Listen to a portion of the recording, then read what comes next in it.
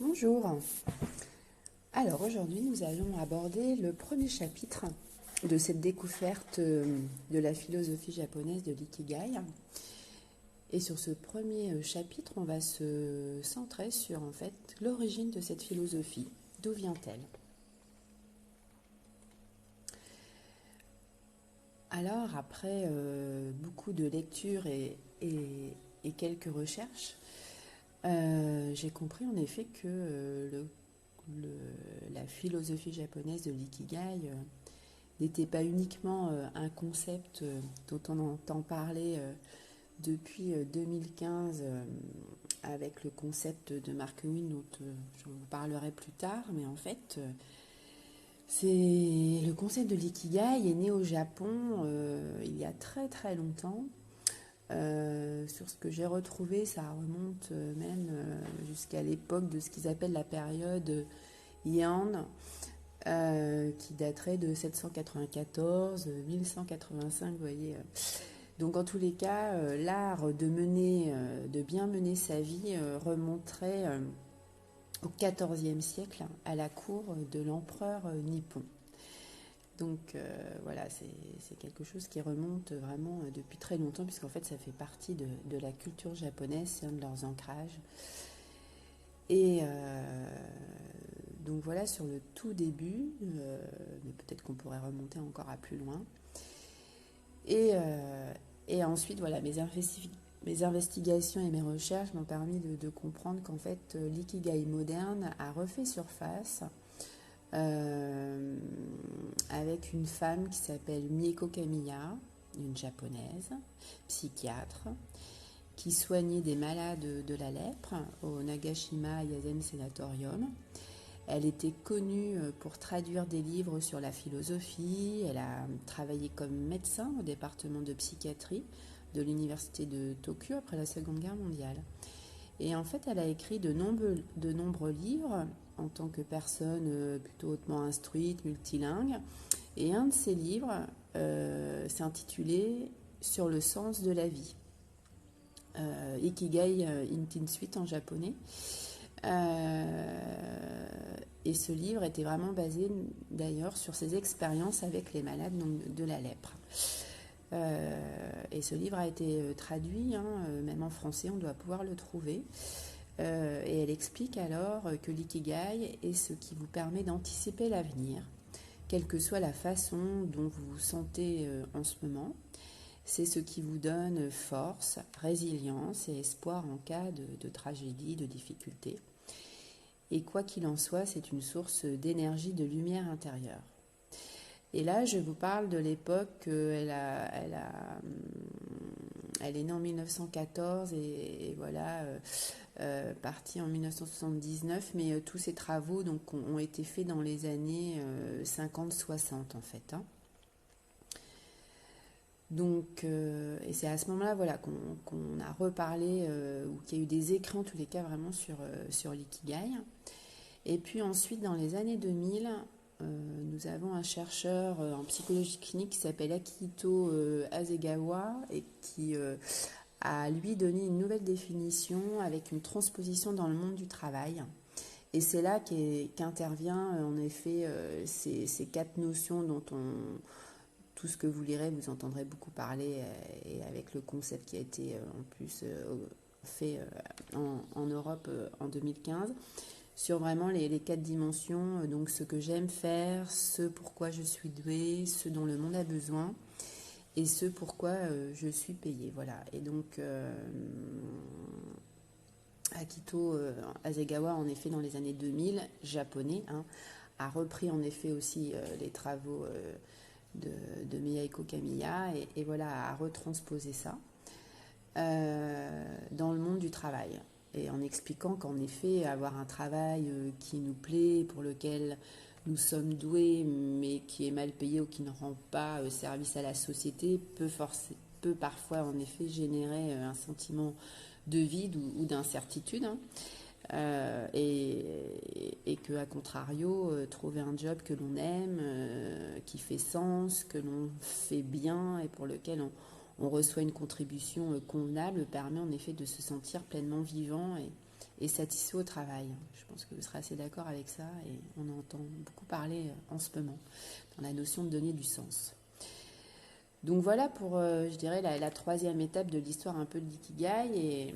Et ensuite, en effet, en 2014, on peut dire que l'ikigai a été occidentalisé, a été repris par Mark Wynne, qui est un blogueur anglais, je crois, et qui lui, en fait, il a fusionné en fait deux notions qu'il avait relevées, qu'il avait lues aussi. C'est que d'un côté, on a, en fait, il utilisait ce qu'on appelle un diagramme de Venn sur le but pour conceptualiser l'ikigai. Et puis aussi, il a fait le lien avec Dan Buettner, qui lui, en fait, a travaillé beaucoup sur la longévité et sur les zones bleues que l'on trouve dans le monde, où on en a 5, je vais vous en parler un petit peu après. Et donc Dan Buettner a écrit pas mal de choses, a même fait un TEDx sur les zones bleues, qui reprend en effet les zones où on a un taux de centenaire relativement élevé. D'ailleurs, il y a un TEDx là-dessus, si vous allez sur le net, facilement à trouver, Dan Buettner. Voilà. Et lui, Mark Wynne, du coup, il a fait un condensé entre voilà, ce qu'il avait relevé certainement d'Akito, le japonais, là, qui avait transposé l'ikigai sur le travail. Et puis grâce à un diagramme de Venn, voilà, il l'a conceptualisé. Et c'est pour ça qu'aujourd'hui, vous voyez beaucoup ce très joli schéma avec les 4 sphères, avec l'ikigai au milieu et les 4 sphères, voilà, la passion, la mission, la vocation, la profession. Enfin, on y reviendra après.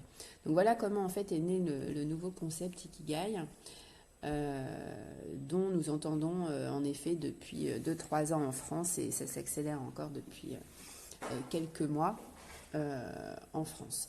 Donc et du coup, il y a eu beaucoup en effet de publications et même de livres sur le sujet. Et du coup, avec aussi toujours une intermède sur la notion des 5 zones bleues, de la longévité, avec l'île d'Okinawa au Japon, qui est une des 5 zones bleues. Donc voilà un peu le cheminement. Moi, j'avais besoin de retourner jusqu'aux origines, de comprendre, et pour aussi bien